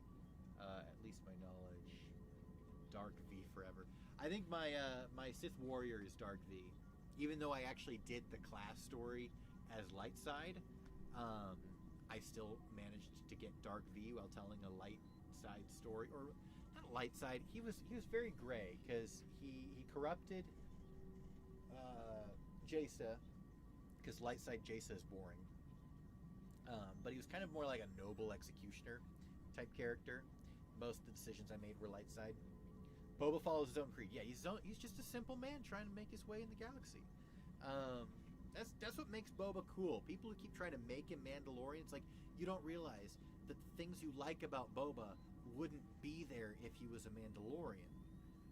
You can like them both, but you can't mix them because Boba is too good.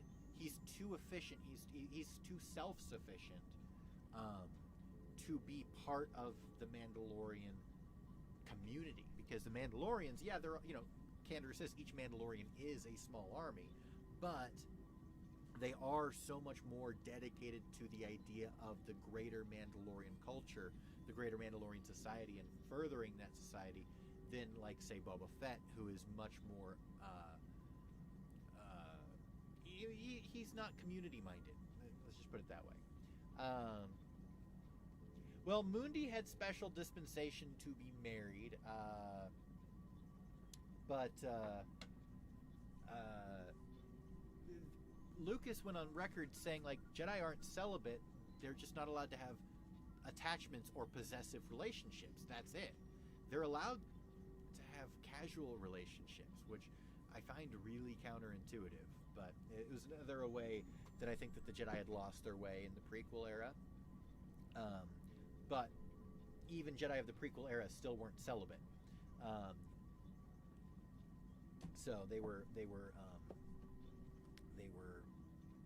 just encouraged to have casual flings.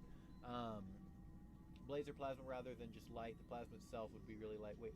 See, it's not just the plasma itself, it's the actual energy of the Force giving it maybe the illusion of weight. I don't know. But lightsaber blades are heavy. So, like, a couple lines. One, when Sabine first holds the darksaber, she goes, "Whoa, it's heavier than I expected." Kanan says, "Yeah, it's going to take getting used to." Another time back in season 1, when he's training Ezra's, swinging around, and Kanan says, this is something you'll hear if you actually do actual sword fighting, keep the blade up. It's easier to lower it than it is to raise it. No, that wouldn't be true if the blade was weightless. It would be just as easy to go up and down, other than just the weight of your own arms. But no, lightsaber blades are not weightless. They do actually have weight. In fact, it's confirmed that Kylo Ren's lightsaber is actually heavier because of the unstable crystal. Which is why he kind of lumbers it around, is because the blade is actually heavier than most lightsaber blades. Lightsaber blades do have weight, and they have about as much weight as you would holding, I mean, not quite a sword. They're not quite as heavy as like a full metal sword, but they are heavy. That's said several times in Star Wars. Again, in books, in Rebels, not in any of the movies, I don't think. No, I'm sure. It's not said in any of the movies, but it is said in books. It is said in Rebels. I think it's said in Clone Wars. And this is both canon and Legends. This is not a new decision. This is something that was established in Legends. They've carried over into canon. So, sorry. Lightsabers are heavy, actually. Let's see. Mando would be Boba if he followed the Mandalorian creed. Nope, B. It was for practical reasons because he wanted to help his species. Yep. Let's see. Not to mention that using a more aggressive lightsaber forms like Ataro or Gem so would be very physically taxing on you. Then Kylo should lift, then he wouldn't be as brutish. Ben Swolo. No, yeah. So, like, that is one of the biggest misconceptions that I get in the comments a lot. Is, like, especially talking about Dooku's lightsaber when I made the full video on that. It's like, yeah, this is made to be a counterweight. People are like, you can't have a counter lightweight if the blade is weightless. It's like, no, the blade's not weightless. It's actually got a decent amount of weight to it. And Dooku talks about that when he makes his lightsaber, that he wanted to add a counterweight to the bottom so that he could have better point control. That wouldn't matter if the point was 0 point energy. That explains easily why Kylo is shown to just plow through other people's saber defenses. Yeah, because his saber is actually heavier. Like, and like, you will feel that when it comes down on you. I don't know the science of what caused it. I don't know if it's because it's magnetic, because we know that it is. We know that lightsabers are magnetic. I don't know if it's just the power of the Force. We know that, for example, Maul's sabers were practically weightless because of the amount of time he spent meditating with his crystals. So he meditated with them so much and so strongly that the crystals moved with him, and to him, his lightsaber felt weightless. But if someone else were to pick it up, it would actually be very heavy. So the more you meditate with a crystal, the closer it gets to weightless, which is why when Sabine picks up her lightsaber, or the dark saber, it's actually very heavy because she hasn't meditated with it. So the saber responds just as it would to anyone else, whereas someone like Maul, if you were to pick up something that he's meditated with, it is very, which again would imply that Kylo actually hasn't meditated with his crystal very much. But point is, which actually makes sense because when he did meditate with it, he broke it.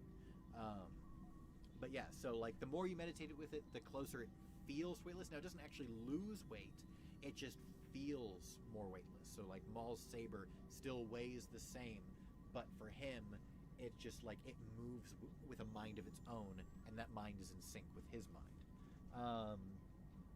It's not just a beam of light, it's plasma, so it's matter. Matter has weight. Science splash.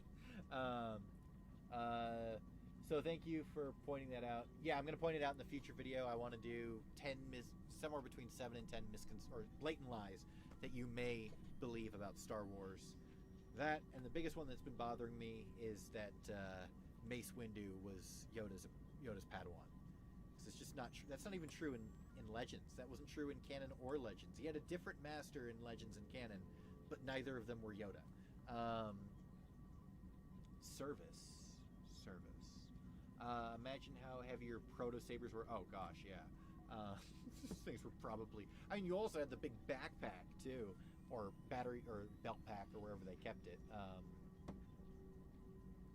Should deflect his attacks. Yeah. So, what other misconceptions are there? I'm going to pull up my list. I'll read them off to you. I'll be given the evidence when I actually make the video. But I'll read them off and see if there are any misconceptions that you guys can think of that you may want to add to my list. So number 1, lightsabers are weightless. Number 2, Mace Windu was Yoda's Padawan. Number 3, Mace Windu was Grand Master of the Jedi Council. He was in Legends. He's not in canon. Number 4, Jedi can't have sex. Number 5, balance means equal light and dark. That is not true. Number 6, Boba is a Mandalorian. Number 7, carbonite freezing was common. And that's a lie actually propagated by Star Wars proper, and I do blame Star Wars The Old Republic for participating in that trend. I'm sorry, SWOTOR, you're so good in so many other areas, but in reality, you are just a wish fulfillment platform, and everyone wants to be Boba Fett using that carbonite freezing chamber. So you gotta have it in there, even if it breaks canon. Any other ones? So I've got 7 so far, but I'd love to get 3 more to give it an even 10.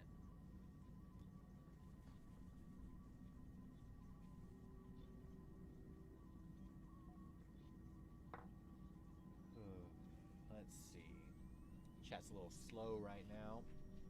We got 10 people viewing right now, so thank you guys. Love that. We all came here. Hey, the Silly Wonka channel. We all came here to look at this awesome Sifo Dyas lightsaber replica that just came in the mail. I unboxed it here for everyone.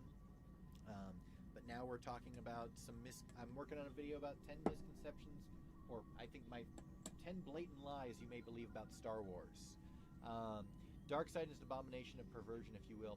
Yeah, so George Lucas described the dark side as imbalance. So the light side is balance. The dark brings everything out of balance, because the balance is selflessness, right? And that's what the light is. It's selflessness, but the dark is selfish. And the selfishness brings things out of balance because you're no longer caring about everyone else. You're only caring about you, and that tips. And if everyone else is light and still caring about you and everyone else, then that tips the balance towards the person who's caring about themselves. Balance is not equal light and dark. Balance is not killing all the Jedi and killing all the Sith. Balance is the light. And then Dave Filoni came out recently and affirmed what Lucas said and said, yeah, the dark side is cancer, the light is health. And so the dark side is the imbalance. How about the dark side being evil for the sake of being evil? And that's another misconception too. Although I don't think it's quite as heavy as the other misconceptions. People don't like get up in arms over that one. Because a lot of people will affirm that the dark side is just more selfishness and ambition, which are not necessarily always evil. And I think Revan's a good example of someone who, I don't think he was ever really dark-sided, because I do think that the dark side is intrinsically selfishness. He was harsh. Revan was harsh, and people associate harshness with the dark side. But you can be harsh without being of the dark side or even using the dark side if it's not for selfish reasons. Do you like the dark side, light side? You like the dark side? I am actually, I tend to be a little, so I like Sith and I like the Empire, but I am a light side guy, which is why I like SWTOR, because I can play a light-sided Sith. Misconceptions about Sifo Dyas? What are some misconceptions about Sifo Dyas? I mean, I know there was a lot of people for a long time that believed it was a code name for Qui-Gon, and that made sense because they both died the same year, and that was all we knew about him. Did I say your name, Silly Wonka Channel? I'm not sure, but you're welcome. Around his involvement with the clone plot. What are misconceptions about that? Because I mean, I'm not super familiar with misconceptions around his involvement with the clone plot. Let me know what people are thinking that is wrong. Dark side corruption on those who engulfed themselves in the dark side. Yep. Blasters have unlimited ammunition. That's decent. Again, it's not. A lot of these are things that people get really vehement about in the comment section, and that they really, really believe. And I'm wanting to dispel some of them and say, no, they're not true. I don't know how many people like vehemently believe that lightsaber or blasters have unlimited ammunition, but it is. This is Sifo Dyas' lightsaber from 5820 Printing. They emailed me, or I found them on a Saber post, either on Facebook or subreddit, saying that they were going to be doing a limited run of a Sifo Dyas style lightsaber. They only had sketches of it at the time, but they were only going to make as many as people who wanted one. So I was like, yes, I want one. And here we are. It is finally done and here. And so this is the first ever Sifo Dyas lightsaber replica I have ever seen. It is absolutely gorgeous. I mean, just stellar work. This pommel goes in there. I haven't figured out how to attach the pommel yet, so right now it just kind of sits in there.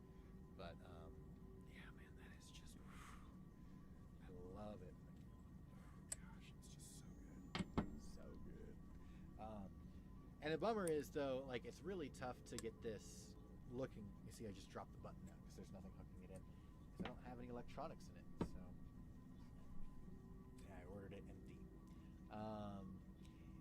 This lightsaber is rare right now. The only people who have them are people who pre-ordered it back 6 months ago, and it just arrived today. So it's super rare right now. I don't know if they're going to do more. I hope they are. You can look them up. If you look up the Lost One Saber, that's what this one's called, the Lost One. The Lost One Saber. This is Dagobah Swamp. Oh, 5280 Saber, or Printing. If you look that up, you'll find it. Hopefully they do more, because this is probably this is up there for the most gorgeous sabers I've owned. And so that would be my Dooku, the Sifo, which of course I have to have both because they were best friends. But my real goal is to have the lineage of apprentices. So have Dooku, then under it have Qui-Gons, then under that have Obi-Wans. Well, have two Obi-Wans. One episode 1 Obi-Wan and one episode 3/4 Obi-Wan. And under one of those, it would be Anakin's Graflex, and then under the other one, it would be Luke's saber. And so it would be the lineage of Dooku. That would be my that's my goal. I want to have that on display on a wall. The Empire was universally hated. Oh, that's a good one. I was about to say no, they weren't, but I forgot we were talking about misconceptions. That's a really good one. I'm actually going to put that one in. Because, yeah, most people actually liked and supported the Empire. Nope, that was my saber. Sorry. Greed can be a powerful ally.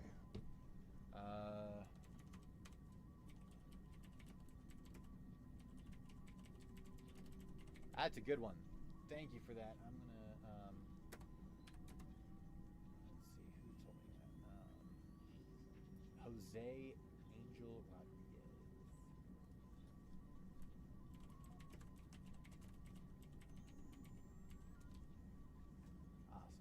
Awesome. Let's see here.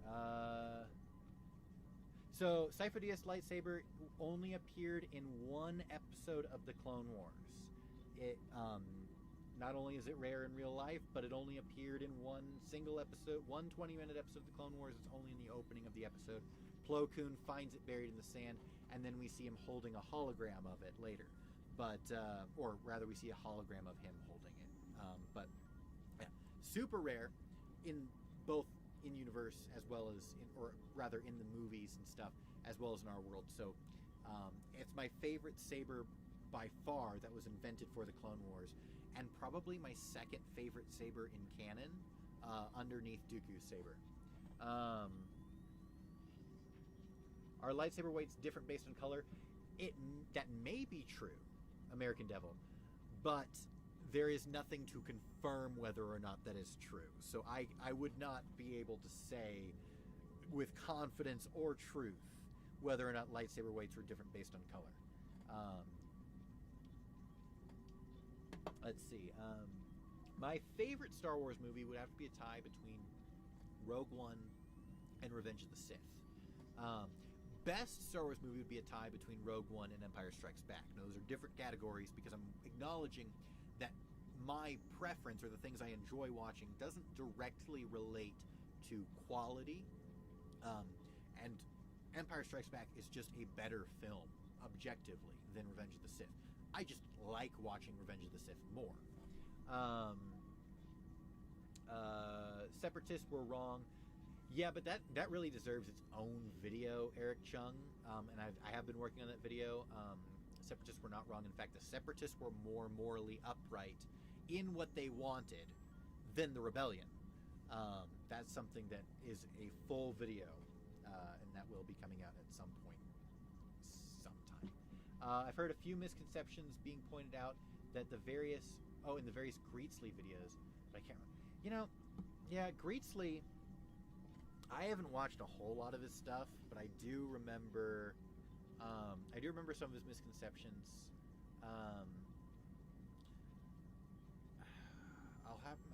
If you can remember, point them out to me. But wait, are you saying that Greetsley was propagating the misconceptions, or he was pointing them out and saying the truth? I'm not sure. Because like I said, I don't watch a whole lot of Greetsley. I think the worst offender I've seen is Stupendous Wave. Sorry if you guys like him. I like almost every one of my peers, everyone else who does what I do. I get along really well with Theory, and I love his work. I get along well with Eck on a personal level, like when we're talking. I hate his Twitter persona, but I love his videos. Eck was actually the first guy I worked for on YouTube. But the only one I can't stand is Stupendous Wave, and that's just because he blatantly lies in so many of his videos. Pointing them out and saying they're misconceptions. Well, that's good. Good for Greetsley's. Like I said, I don't watch him a whole lot, but I don't have anything against him. Not like I said, Stupendous is really the only one. I don't like saying it because I feel like a bad person, but Stormtroopers have bad aim. Yeah, again, that's worth its own video. Although they've been doubling down on that over the past couple of years, and it kind of annoys me. Especially Dave Filoni. I love Dave in almost every area, but he really is leaning into the Stormtroopers have terrible aim thing.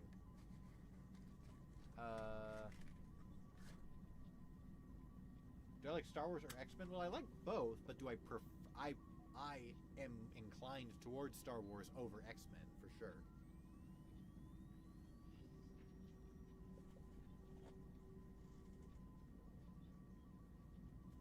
Yeah, I mean, I like Marvel.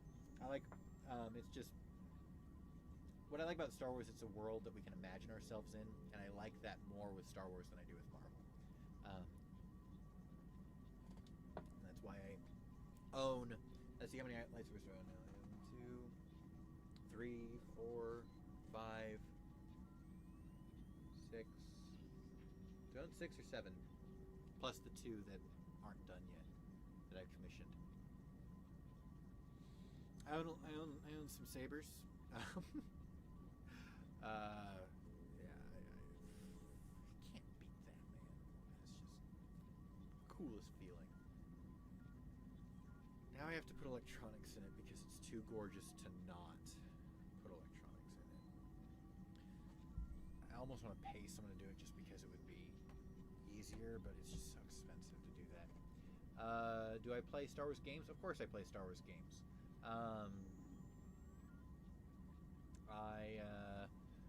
I play a lot of Squadrons lately. I also play Star Wars: The Old Republic. I like Empire at War. KOTOR is my favorite, although I haven't played it in about 2 years. I tried to do a yearly playthrough, but over the past couple of years I've had a lot of other games pop up that I've needed to play. Jedi Fallen Order is probably one of my favorites. I love Jedi Fallen Order. Grease did a video once on how Dooku himself was viewed as a Sith. On how Dooku himself viewed the Sith plan and what he thought it went to.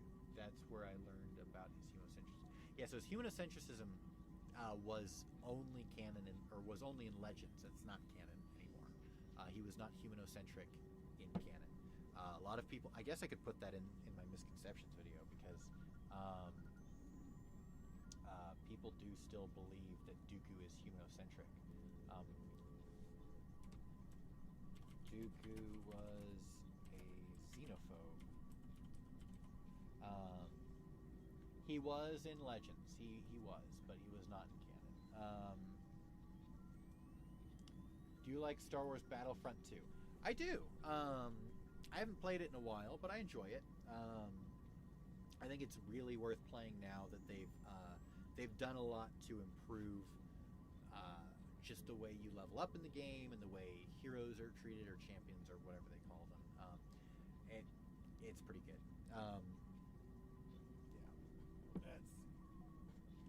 Ooh, new guy in the chat, Aragorn Skywalker. Welcome to the chat. You looking forward to the upcoming open world Star Wars game? What time period do you think it would be, and do you play as a Jedi or a bounty hunter? Well, that's a false equivalency. It doesn't have to be one. It doesn't have to be one of those two, but I think those are both pretty safe picks. That's a good question. So I actually did a full video on why I'm skeptical of the Ubisoft game. Basically revolves around microtransactions. I'm worried that it's going to be a grindy mess filled with microtransactions. Now, I don't think it will be. It's just my hesitation. It's my initial gut reaction, ooh man, what if they go back? EA has just started to realize they can't treat Star Wars fans like this. But but Ubisoft is also really notorious for microtransactions in single player games. So I'm a little worried, but I think my excitement outweighs my worry. I am really excited for the new Ubisoft open world Star Wars game. No idea what era it's going to be. If I were to guess, they have two really good options. I'm almost inclined to say it'll be High Republic, just because that's one of the eras that they are investing in right now, and it would lend itself really well to an open world Star Wars game. Although I would say that the Imperial era, similar to Jedi Fallen Order, would also work really well. I hesitate only because they've already done a game about a Jedi in the Imperial era, but you look at the games that they do really well with, like Assassin's Creed, that's their big one. I mean, Far Cry to a lesser extent, but even Watch Dogs. A lot of their games are about an individual in a culture, and the culture is against the individual, and they have to make cultural change and spread that change over a landmass. And the Imperial era lends itself really, really, really well to that type of storytelling. High Republic 2, if it's about colonization and expansion and they're in an unfamiliar world, I just don't think it'd be very fun. So I think that Imperial era would lend itself really well to a Ubisoft style game. Let's see, Darth Malgus, Darth Jadis. Every self-serving look at Mark Aragnos. The expansion to his empire was topic. Look at Darth Mar and the defense of the empire. I'm sure there are many examples. Darth Malgus, Darth Jadis, both were. Yep, it's true. Both served a higher purpose. Why did Dooku die to Anakin? That is a video that we're working on too. There's a really good reason for that. We do have the answer, and I will be sharing it in a full video. I guess you could say that a misconception would be that Darth Revan sought to conquer the galaxy for typical evil reasons. It's not a huge misconception, though. I think most people who really know Revan's story do know that.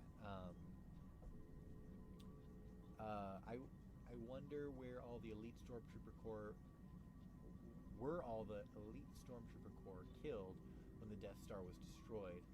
Then the Empire had to recruit them en masse. New troopers struggled with their aim. That's a really fun theory. Problem is, though, when I mean they've been doubling down, I mean in shows like Rebels, which take place before the destruction of the Death Star. Revan was to harden the Republic to fight Tenebrae's empire. This is correct.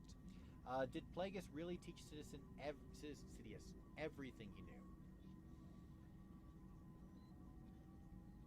I think so. Why did... Well, I mean, at least Sidious believed that he did. We'll put it that way. It was only Malak who sought to conquer the galaxy for his own evil purposes. Dash has a video that I helped him on called Malak Was a Genius. It's worth watching. If you really... I mean, like, I have a hard time with Malak because I kind of that category that Malak was like... He was the reason that Revan failed. But it's worth considering. If nothing else, it brings to mind some piece of information that maybe we weren't thinking about. Dooku died to Anakin because Dooku was ordered to test young Skywalker on his orders. Yes, that is part of the reason. Long story short, Dooku was planning on losing. He was not fighting to his fullest extent. That was the moment when he was planning on losing because he believed that he would be taken as a prisoner to survive out the rest of the war, not be killed. Palpatine screwed him, so yeah. All right, cool. Well, we've now been streaming for... Where do I find that information? A while. All right, well, we started at 12:40, and it's 2:30, so almost 2 hours. Opinions, I think Hayden deserves a chance to portray Anakin Skywalker while directed by someone who knows what they're doing. George Lucas is great. He is a fantastic visionary and a great and brilliant artist. He is a terrible, and we have a whole video on this, George Lucas' greatest failure. He is a terrible actor-director. He does not know how to direct actors or he's not a good character director. So I don't blame anyone for poor acting in the prequels because it's George Lucas's fault. So I would love to see Hayden have a chance to show what he can do when he has a director who knows what they're doing. Yeah, so we've been streaming for a while now, but we're gonna say goodbye. Any last questions or final thoughts? Just to show what you all came here for. Here is one last look at the beautiful Sifo Dyas lightsaber, and it is just so good.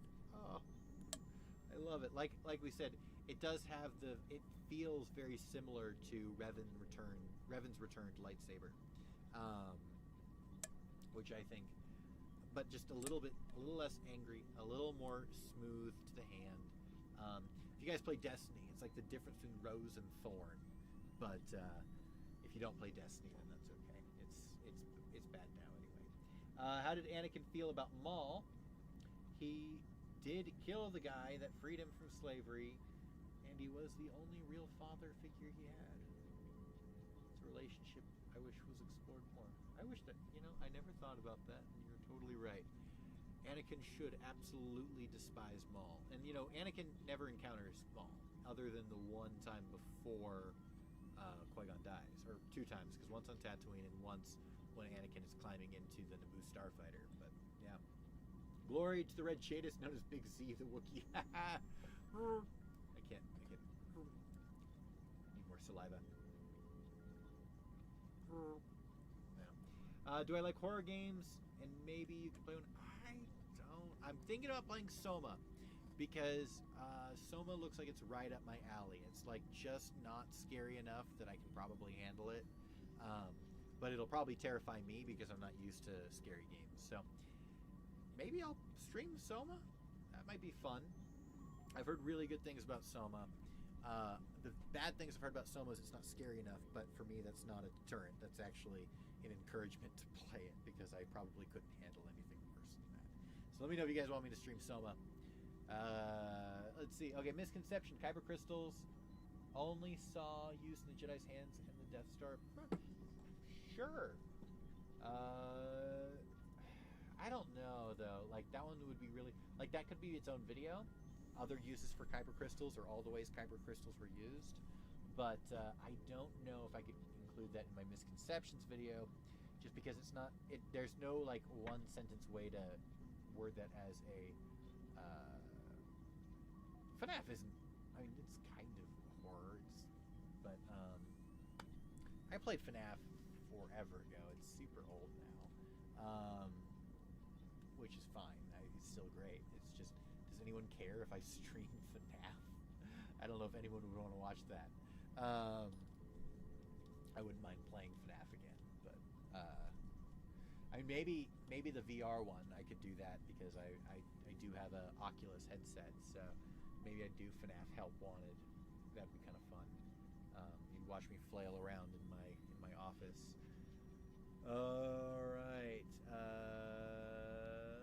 Soma is more psychological terror rather than being really scary, for lack of a better word. Yeah, and I love that. So I would probably be super on board for Soma. If you guys want me to play Soma, let me know.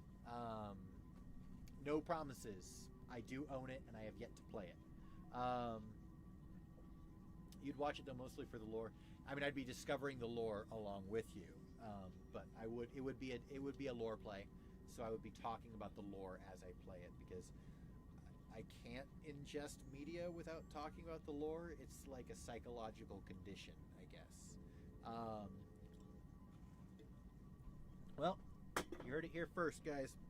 I'll be playing Soma at some point. I don't know when, because I'm busy right now and trying to think of what video to do next, because despite the fact that it's been a week since my last video, I've written like 6 scripts in that time, but I don't know which one to record, and it normally takes me like a day or 2 to make a video, so it's like, I haven't put out a video in a while. I was in Texas, and so we were traveling for a long time, and that put me really, really behind schedule, so I'm really sorry for the lack of uploads lately, but we'll be getting it out soon.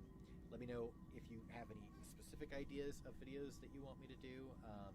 I'm probably going to do one about who's going to play Thrawn. I have one on, let's see. I got the 10 Blatant Lies. That one's not ready yet. I've got more evidence for the Filoni-verse canceling out the sequel, not canceling out, but putting the sequels in an alternate timeline. It's very important I don't say retcon, because it's not decanonizing it. I thought about covering WandaVision,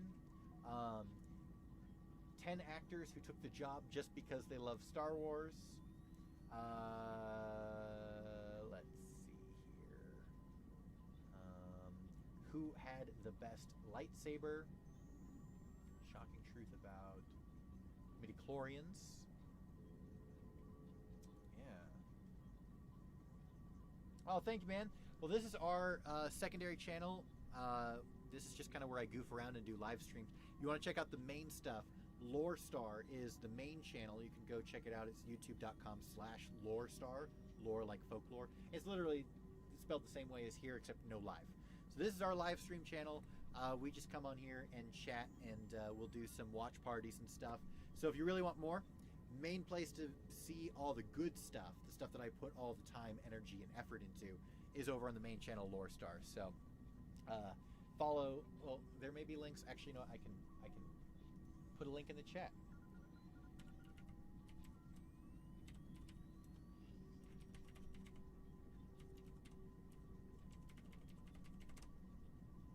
you go. That's the link to the main channel.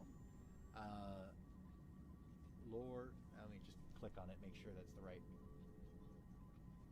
Yep, that's me. Perfect. More Ancient Sith stuff. You could do fanboy. You could fanboy about Revan. Yeah, I want to do more. That might be a good idea, actually. Sometimes that trends well, sometimes it doesn't.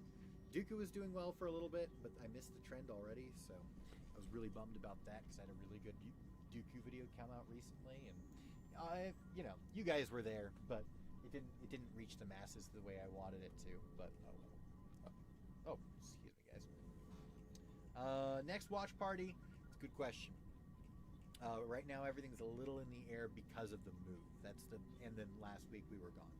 So, stay tuned on the main channel and here, where I'll be posting it as a community update on the community page for the main channel, or maybe here. I don't remember if I can make community posts here, but definitely on the main channel, LoreStar, and also the Twitter, which is at LoreStarYT, I think. Let me find out before I.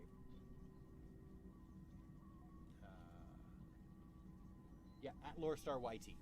All lowercase, no spaces, no symbols. And I'll let you guys know when our next watch party is. If you guys like Geeks and Gamers, I'm probably going to be doing a live stream with them sometime soon. They want me to come on and talk about my sequel retcon theory, because that's been making the rounds. Everyone is talking about my take on the sequel retcon theory, which is that everything hinges on Ahsoka.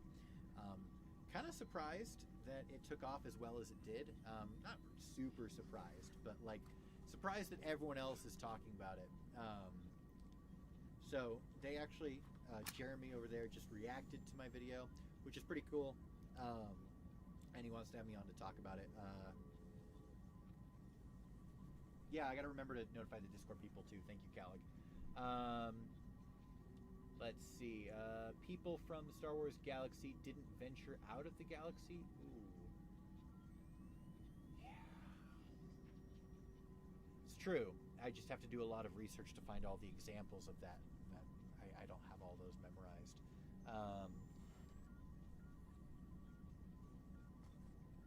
I mean, I know about things like Outbound Flight, but that was Legends. I'm sorry, buddy. I got to end the stream because I have to go to the bathroom, and also I have to make an actual video for you guys, one that has quality and a script, and isn't just me rambling in front of a camera like a madman.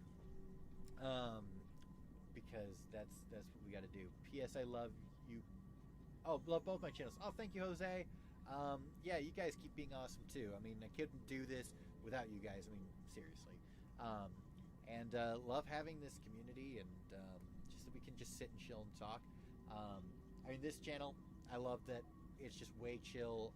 We can just I can just put on the camera and talk to you guys. I don't have to worry about having that studio quality or whatever, which just takes a lot of time and energy and effort. And I like putting that out on the LoreStar channel, but it's nice to be able to just be real and open and cool. So love that. Anyway, though, yeah, I want to thank you guys for tuning in for the stream and sticking around for a long time.